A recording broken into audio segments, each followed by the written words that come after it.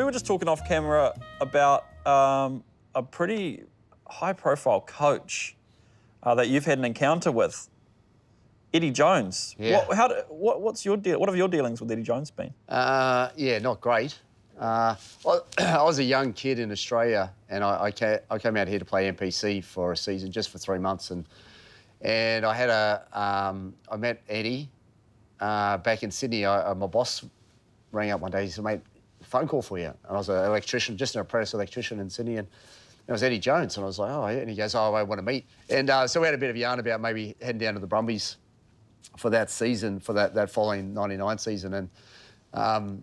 You know, I had an offer to play here for the Blues as well in '99. So I spoke to the Australian Rugby board, a few people on the board, and said, you know, what's a young kid to do? And they're like, mate, you're playing in the same competition as everyone else. You're best to get a bit of experience than go to Canberra and sit behind George Gregan for the whole season and probably not even get on the field. I was like, all right. So they basically told me to go. And then it was about a month after that, Eddie Jones pretty much rang me up and abused me. And I was turning my back on Australian rugby, and I was like, mate, I'm just a kid. And you pretty much told me to go. And then the rules changed. They came out and said publicly, you've got to be playing in Australia to be eligible. And I was like, oh, that's a bit of a kick for a young kid trying to make his way. And then New Zealand Rugby Union came along and said, we're not going to promise you anything, but if you'd like to have a crack here, see what happens if you want to have a crack for the All Blacks. And I was like, obviously, short enough and angry enough to be a little man scorned. So I squiggled on a piece of paper and worked hard and yeah, luckily enough to get an opportunity at the end. But yeah, old Eddie Jones. And then a few years later, I was working for Sky TV at the 2011 Rugby World Cup. Australia were playing Ireland, probably one of the greatest matches I've ever been to.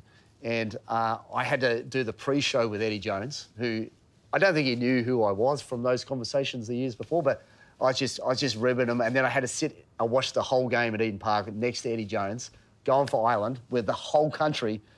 It was one of the great matches, and I got to sit next to Eddie, and I just ribbed him the whole time. He hated every minute of it, eh? And I was having beers, and mate, it was so good. It was one of my great days. That's great. You got your revenge. Yeah, it was good. It was real good, eh? Do you remember anything specifically that he said to you on the phone, or you can't share with us? Perhaps? He sort of ripped into me and said, you know, you're turning your back on Australian rugby, and I'm like, mate, I'm just a kid trying to have a go. Mate, he's turned his back on Australian rugby. There's a bit of a turnaround, isn't it? Yeah, very true. When you come over here, you had some serious characters in that team. Yeah. Ali Williams. Did you hit it off with Ali at all? Yeah, we were mates. It's hard not to be mates with Ali, as long as you don't take him too serious, eh? John? Oh, yeah, he's... As long as, like, you just funny. Delete every second word. Like, as soon as just delete, so that's all. Don't even worry about that. Then you can sort of get on a bit of a level path. Filter through it, or the rubbish, or the shite. But then he's a little bit emotional too. Can get a bit sooky. That's it. It's just that slightly ginger hair in him, mate. He gets a bit upset. Chip away at him too hard, and and you're like, oh, okay, got to pull it back. Can give it, but maybe. Yeah, I definitely loves giving it. He can hand it out as good as anyone, eh? Yeah. But yeah, sometimes if he's on the receiving end, it doesn't go so well. But he's a character, eh? We had a lot of laughs together and a few harder moments, but generally it was a pretty good time. And Carlos obviously was the maestro back then. Still is, I believe. Yeah, he's one of the greats. Yeah, I got a lot of time for Carlos. On my career probably wouldn't have been what it was without him. There's no doubt about that. And pretty early on, I learnt with Carlos. I remember playing a game early on, and they were short on the short side, so I picked the ball up and ran from the back and sort of half made a break, but got tackled. And he comes up to me. He's like, "Pass me the ball." I was like, "Well, and he's like, "Pass me the ball." And then it wasn't long after that, same game, like literally 2 minutes later, short side again, and I passed him the ball, and he just threw the whole scores.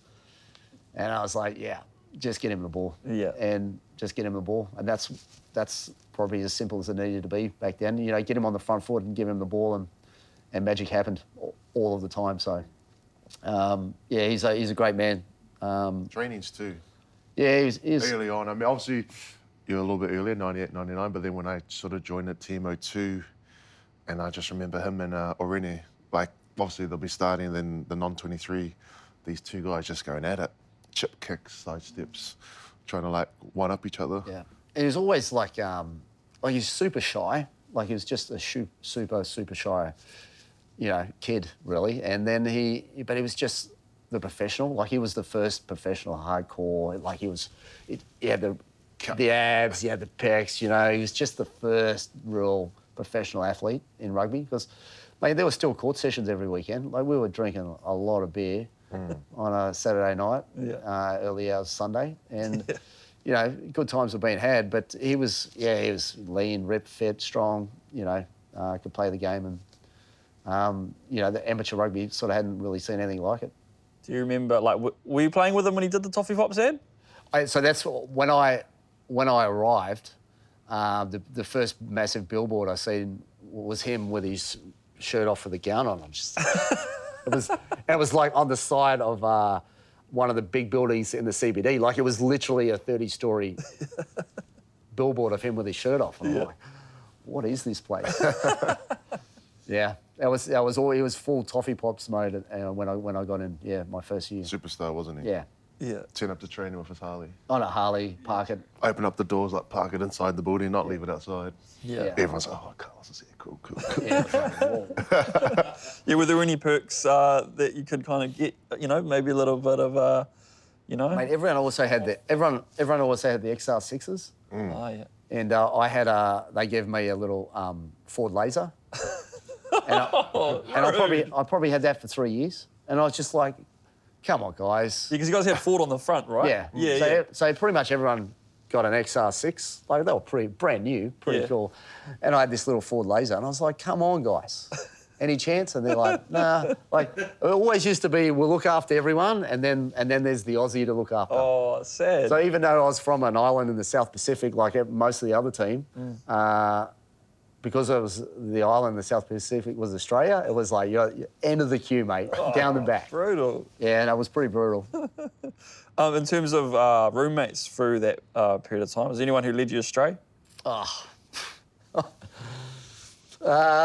Anyone who led me astray, I think times are different back then. No social media. And every weekend we had a court session. If we played well, we had a bigger one. And it was a lot of the chat was, let's go out, get the job done, so we can get back and rip into a few beers and have a good time. Yeah.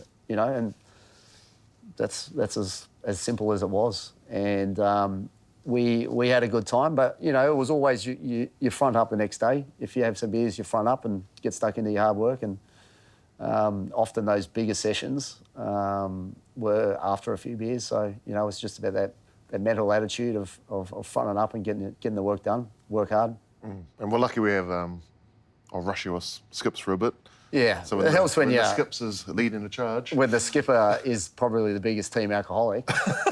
Rush used to always say, third generation. So he was always keen for a beer, and that always helped if the skipper's charging. Then, Xavier? Yeah. I got my Rushies confused. Oh, yeah, Xavier was, he was always keen for a beer. Still is, I hear. Big man, big head, so, One of the great heads. Oh, yeah. mate. Great. Him and Flavel. Yeah.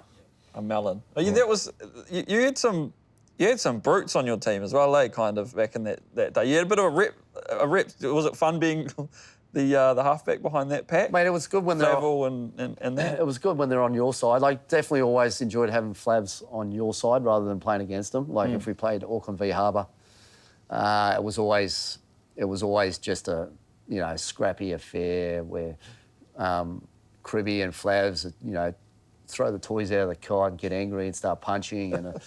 It was always brutal, but you knew what it was. But he always enjoyed playing with Flavs rather than against them. He's a big, strong boy and carry hard, and he had that,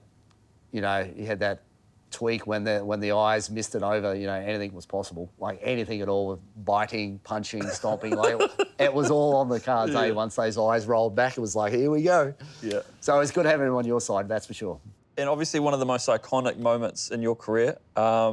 Was the Vortex Mega Howler ad that you did with Dan Carter and Doug Howlett.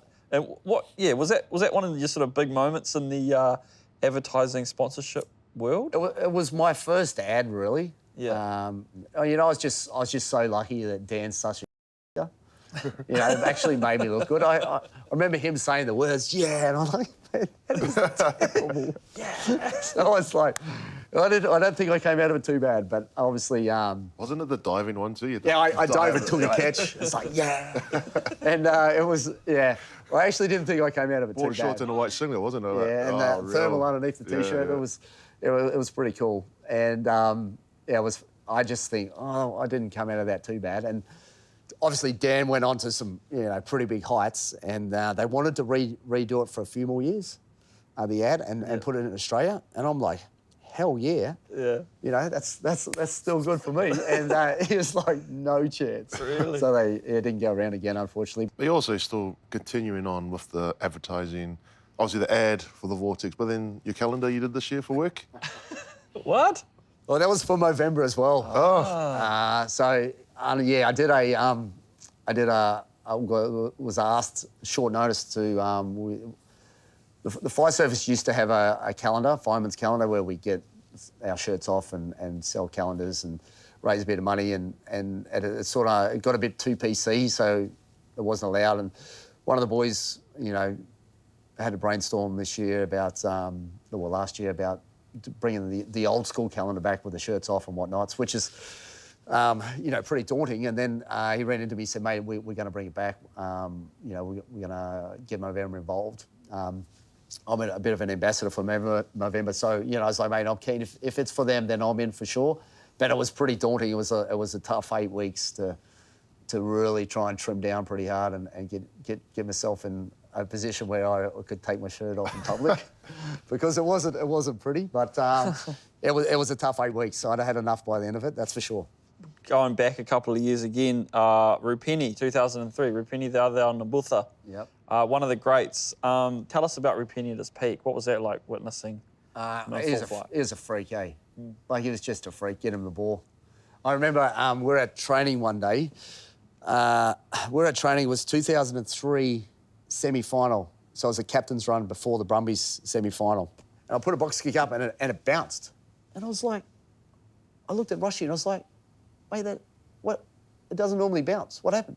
And I was like, are we all here?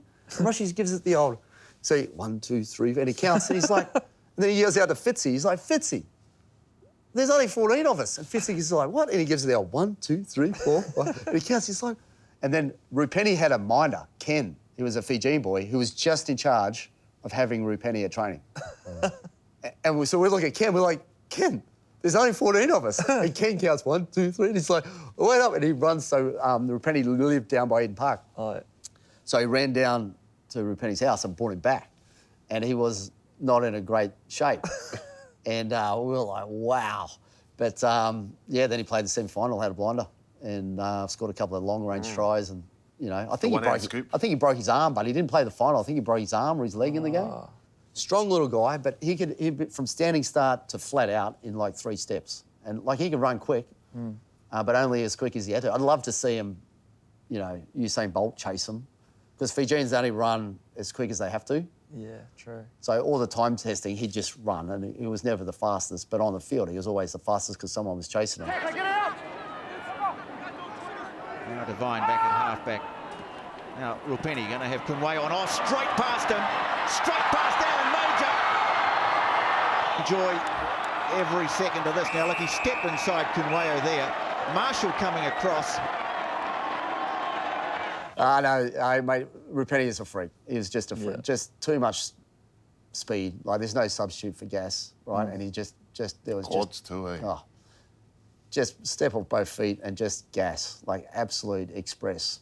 Were you guys ever like revving? Because there was that chat about like during that time, like maybe he could have been an All Black or something. Did you guys ever rev it up to him? Getting this air at all? I'm sure the All Blacks would have looked into it because. At top of his game, there was no one better. He just probably didn't train and look after his body as well as he probably should have. It's probably a fair way to say things. And but yeah, I mean, at the top of his game, there was no one better. 2003 World Cup, John Mitchell and Robbie Deans, obviously the coaches. Much talked about. World Cup. Did you buy into the methods through that Listen, period? I was there as a kid, and I just wanted to do everything I could to be involved. And mate, we were young. we when we got it together, we were pretty hot. I think leading up, we won the Bledisloe back in 2003 before the World Cup. We put 50 on Africa and Africa. We put 50 on Aussie and Aussie, and we went in. If anything, looking back, if anything we'd done wrong, it was probably we got there fizzing. We got there ready to play a final, but it's quite a long tournament. 8 weeks is a long tournament, and we came up a bit short in the semi-final. We just probably an Aussie team that was, they had a little bit more fire in the bellies, I think, on that day.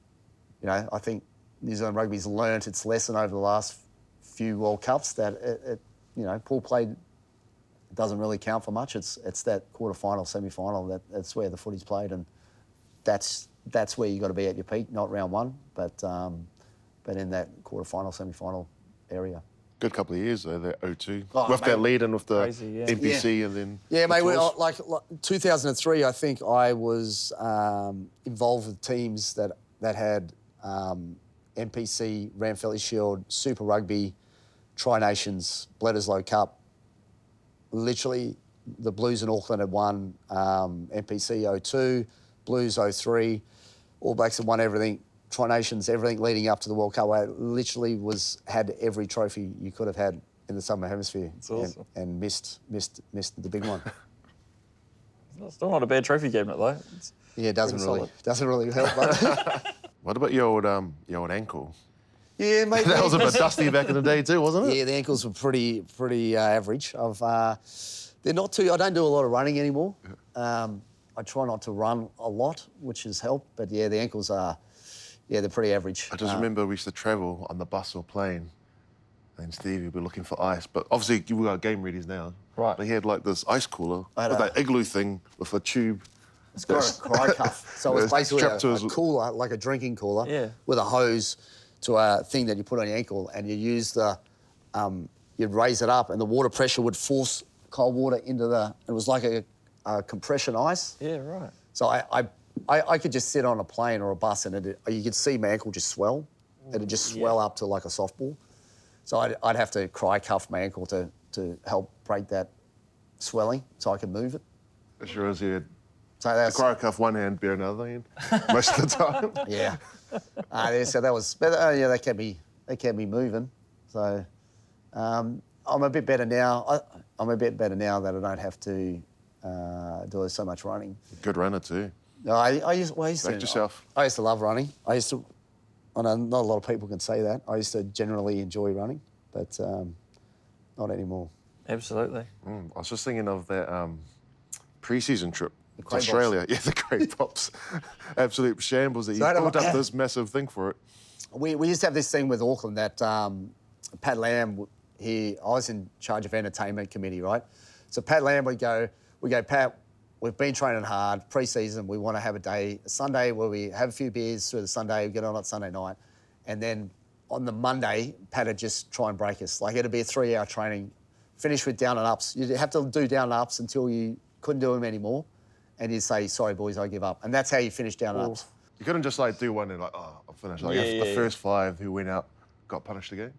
So I was like, right, yeah, can't go out yeah. first because you get punished again. It's literally an hour and a half of down and ups. Far out. 5 metres, get down, get up, back 5 metres, get down, Was get it up. one year they had to just stop? And one year, Tomo was the manager, and he came in, he's like, we've got a flight to catch. We got to stop. And Pat's like, 5 more minutes. And then it was literally no time to go back and have a shower. We literally went to the airport with footy gear on, because that's how late, because no one would say. Was it you and Onosai Yeah. still going at the end? Just Legends. wouldn't say it, and just kept trucking it out. But after a big night, Yeah. yeah, it was great. They were great times. Like we just had fun, eh, Johnny? No, well, very fortunate. Good crew that mid-2000s. Then next minute it was like, oh, Australia. And then the next year... Thailand. Then another year we went to Fiji and Samoa. Yeah. And it was just like... We haven't even That's touched on unreal. Thailand. Wow, that must have Well, yeah, Thailand interesting. Thailand was just like. So we get there. Got another half hour? Mate, we get there, we get into Thailand. This is a story I'll never forget. We get into Thailand, And so what happened, the prince's son was at school and he wanted to learn rugby. So he got a hold of Auckland Rugby and whatever happened, and we went to Thailand, all put on. But we landed and there wasn't even, like, none of the island boys had visas. We just got ushered to the side and walked through a door. Like, didn't have to show passports. Yeah. And we were straight on a bus, police escort to this motel. And it was still to this day, it's the flashiest motel I've ever been in. It was the King's Motel, but no one had stayed there. They were still doing the landscaping. They'd only just finished it. So Pat was like, right, it was like midnight. Pat's like, right, big days tomorrow, boys. Early night, get to bed now, get some sleep in, breakfast in the morning, and then we're straight to training. We've got a big day of training. Yeah, I was like, boys, meet you in the foyer in an hour. So I literally went in my room, threw my bag in my room, and this room was just mad. Like, it was like, wow, cool. Threw a bag in, and then met a few of the boys. We went out, had a few beers, seen a few of the local sites, and then stumbled back in at whatever, 5 o'clock or something, get up, go down to breakfast, have a feed, and then I get back up my room, and I was like, someone stole all my gear. I've got no clothes, I've got no boots. I'm like, so I go to reception, I was like, excuse me, someone stole my bag, I can't find any gear. And they're like, check your wardrobe. And I was like, all right. So I went up and I couldn't find the wardrobe. Like, it was literally a door, like a whole wall would move, and that was the wardrobe. And they'd unpacked my bag and hung everything up. Oh, and I wasn't a big ironer, as you could tell. They ironed my shirts and they hung them up, and the boots. It was just like, what is this place? It was amazing. And the bathroom, in the middle of the bathroom was a huge room, and it just had one of those massive bathtubs. Oh, yeah. And there was no taps or anything. And I'm trying to, and on the wall there was a tap, and it came out of the roof. I'm like, I'm definitely having a bath by the time. But no one had stayed there. It was just made. Everything was laid on. It was an amazing pre-season trip. And did you end up teaching the King's son how to play rugby? So we told them we do like a 2-hour training. We do like a 2-hour training, and then we'd have the whole school. Yeah, right. And so everyone had their own little group where we do skills. Oh, yeah. And then so at the end of each day we did it. Monday through Friday, at the end of each day, we do like a 2-hour coaching thing at the end of training. So they were big days. Growing up in outback Australia, any encounters with wildlife, snakes, wombats, kangaroos? Yeah, I'm from a very small country town called Boggabri, which is northwest New South Wales. The Aussies are different.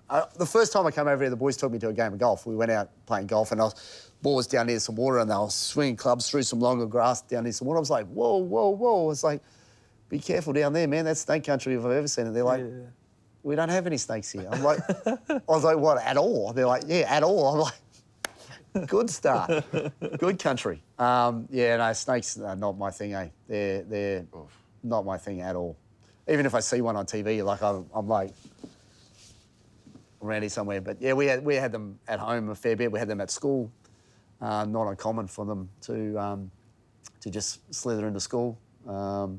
King Browns, which are, I think, number 3 in the world for venom. Like, they're horrible things. Terrifying. Terrifying. They're Lose horrible. a lot more golf balls over there, I imagine. You just want don't, yeah. Well, if you're playing golf in Boggabri, you've got to have a shotgun in your bag.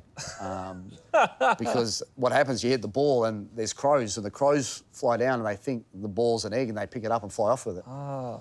So you'd be lining up a putt and then you'd hear, and you'd say, bloody crows. So you're allowed to shoot the crows and whatever else you want to actually while you're playing golf in Boggy. Oh, wicked. I might have to book a round up there, actually, in Boggabri. Yeah. Well, it's been an absolute pleasure, Steve. Thanks so much for joining us, sharing your stories. Thanks, Whānau. Thank you. Chat.